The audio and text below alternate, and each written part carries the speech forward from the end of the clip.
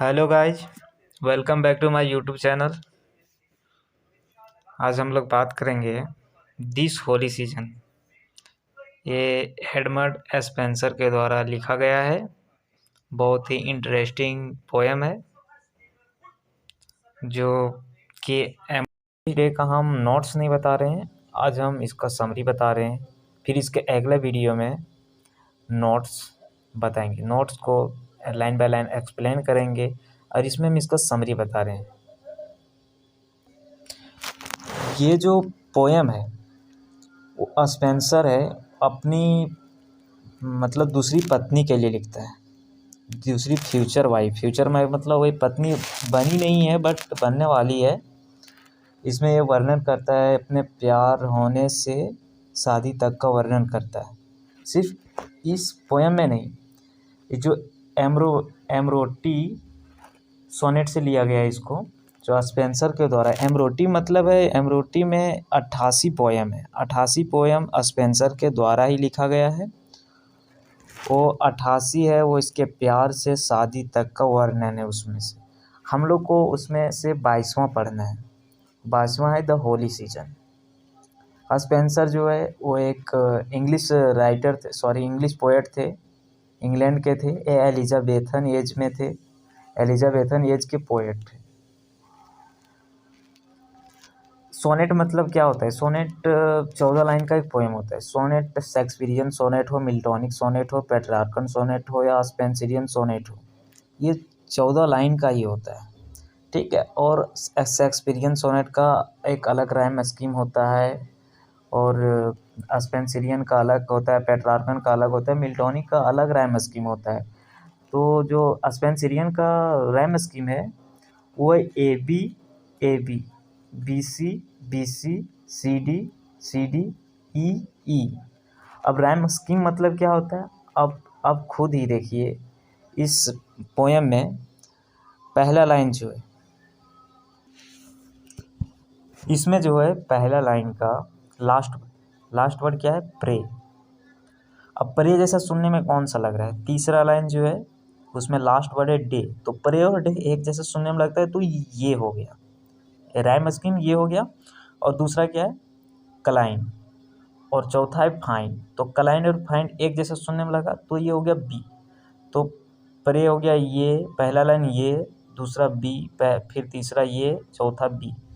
उसी प्रकार से फिर 5वां, 6ठा, 7वां, 8वां, 9वां, 10वां, 14 तक।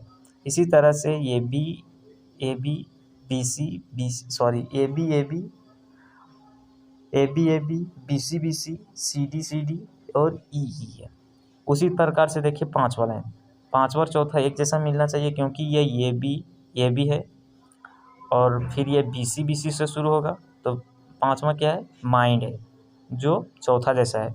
ये बी है, बी मतलब इसका कहने मतलब है कि बी और बी है। और फिर जो 6ठा लाइन है ईज है और 7वां लाइन है वो अटेंड है।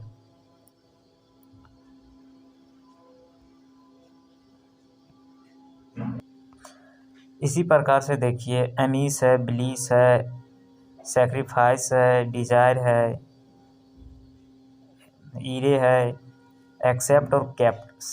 सबका मतलब लास्ट वर्ड है वो दो का कॉम्बिनेशन जैसे करके सुनने में एक जैसा लगता है। जैसे हम लोग बचपन में एक पोएम पढ़े थे, twinkle twinkle little star how I wonder what you are up above the world so high like a diamond in the sky. तो ट्विंकल ट्विंकल लिटिल स्टार, जो लास्ट वर्ड था स्टार था। How I wonder what you are और star दोनों सुनने में एक जैसा लगता है। Up above the world so high like a diamond in the sky. High और स्काई सुनने में एक जैसा लगता है, तो इसी को राइम स्कीम बोला जाता है। ठीक है, तो चलिए हम बात करते हैं पोएम के बारे में। तो ये एमरोटी सोनेट से लिया गया है। एमरोटी बताए कि वो अपने बिलव्ड मतलब अपने प्रेमिका या होने वाली पत्नी के लिए लिख रहा था, पोएम लिख रहे थे एडमंड स्पेंसर। तो इस पोएम में कवि एक सीजन के बारे में बात करते हैं। एक होली सीजन, एक पवित्र सीजन के बारे में, कि उस सीजन में क्या करना चाहिए, पुरुष को क्या करना चाहिए, मतलब अपने प्रेमिका को उसमें वो प्यार दिखा रहे हैं, इस पोएम के थ्रू से प्यार दिखा रहे हैं, उसके प्रति लगाव दिखा रहे हैं। पोएम के बारे में चर्चा करने से पहले स्पेंसर के बारे में कुछ जान लेते हैं। स्पेंसर का जो जन्म है वो 1552 ईस्वी में हुआ था, और इसका डेट जो हुआ था वो 1599 ईस्वी में हुआ था। ये बहुत ही मतलब प्रसिद्ध कवि थे एलिजाबेथन पीरियड के, और ये इसका जो फर्स्ट पोएम पब्लिश हुआ था वो 1579 ईस्वी में पब्लिश हुआ था। और इसका एक बहुत ही इंटरेस्टिंग पोएम है द फेरी क्वीन, इसके लिए ना बहुत ज़्यादा प्रसिद्ध है स्पेंसर। अब चलिए हम लोग लाइन बाय लाइन एक्सप्लेन करेंगे इस पोएम को। इस पोएम का पहला लाइन है, this holy season fit to fast and pray. इसका मतलब है यह एक पवित्र ऋतु उपवास और प्रार्थना के लिए योग्य है। जो होली सीजन है वो कवि कहते हैं कि उपवास और प्रार्थना के लिए योग्य है। Man to devotion ought to be incline, last में लिखा हुआ इंक्लाइंड है, इसका मतलब है कि पुरुषों को भी भक्ति के लिए इच्छुक होना चाहिए। जैसे महिलाएं भक्ति में लीन रहती है उसी प्रकार पुरुषों को भी भक्ति में लीन रहना चाहिए। मतलब जिस प्रकार कोई भी फेस्टिवल में जिसमें महिलाएं उपवास करती है, तो कुछ ऐसे भी फेस्टिवल है जिसमें पुरुष भी उपवास कर सकते हैं। यही कवि वो कहना चाह रहे हैं। उसके बाद है, therefore I likewise want so holiday for my sweet son some service fit will find. इसका मतलब है कि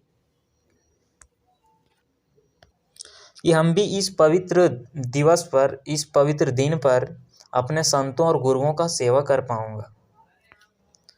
उसके बाद का लाइन है, her temple fair is built within my mind. हर यहाँ इस जो पोएट है एडमंड स्पेंसर, उसकी जो होने वाली बीवी है, उसकी वाइफ है, जो फ्यूचर वाइफ, उसके बारे में ये लिख रहे हैं कि उसका जो मंदिर है वो मेरे माइंड के, मेरे दिमाग के अंदर बना हुआ है। उसके बाद है, इन विच हर ग्लोरियस इमेज प्लेस्ड इन, और जहाँ उसका एक बहुत ही शानदार छवि है, उस मंदिर में एक बहुत ही शानदार छवि है। On which my thoughts do day and night attend, और मेरा जो सोच है जो उन पवित्र पुजारियों के पास जाते हैं जो कभी गलत सोचते भी नहीं है ना कभी गलत बोलते हैं। इसका कहने का मतलब कवि का ये है कि मंदिर है, और मंदिर में जो वो देवी के रूप में है, वो इसकी जो होने वाली फ्यूचर वाइफ है वो है, और उस मंदिर में तो मंदिर है तो पुजारी होंगे ही, और तो उस पुजारी के पास इसका मन जाता है, और दिन रात उन पुजारियों के पास जाता है, और जो कभी गलत ना बोलते हैं ना सोचते हैं। उसके बाद का लाइन है, like sacred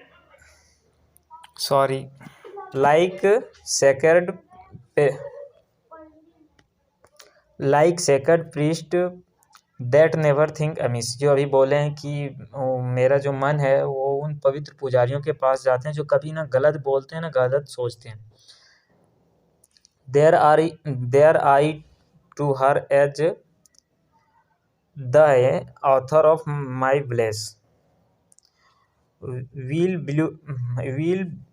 build an altar of appease her ire। इसका मतलब है, इसमें कवि, इस लाइन में कवि ये कहना चाहते हैं कि मैं वहाँ उस मंदिर के बगल में एक लेखक के रूप में उसको खुश करने के लिए एक वेदी का निर्माण करूँगा। कवि कहते हैं कि उस मंदिर में वो देवी है, उसकी होने वाली फ्यूचर वाइफ, उसके बगल में एक वेदी बनाएगा एक लेखक के रूप में। And on the same my heart will sacrifice, और मेरा जो दिल है हम उसके ऊपर बलिदान कर देंगे। Burning in flame of pure and chaste desire, इसमें इस लाइन में कवि जो कहना चाहते हैं कि शुद्ध और पवित्र इच्छा की ज्वाला में मेरा जो दिल है वो जल रहा है।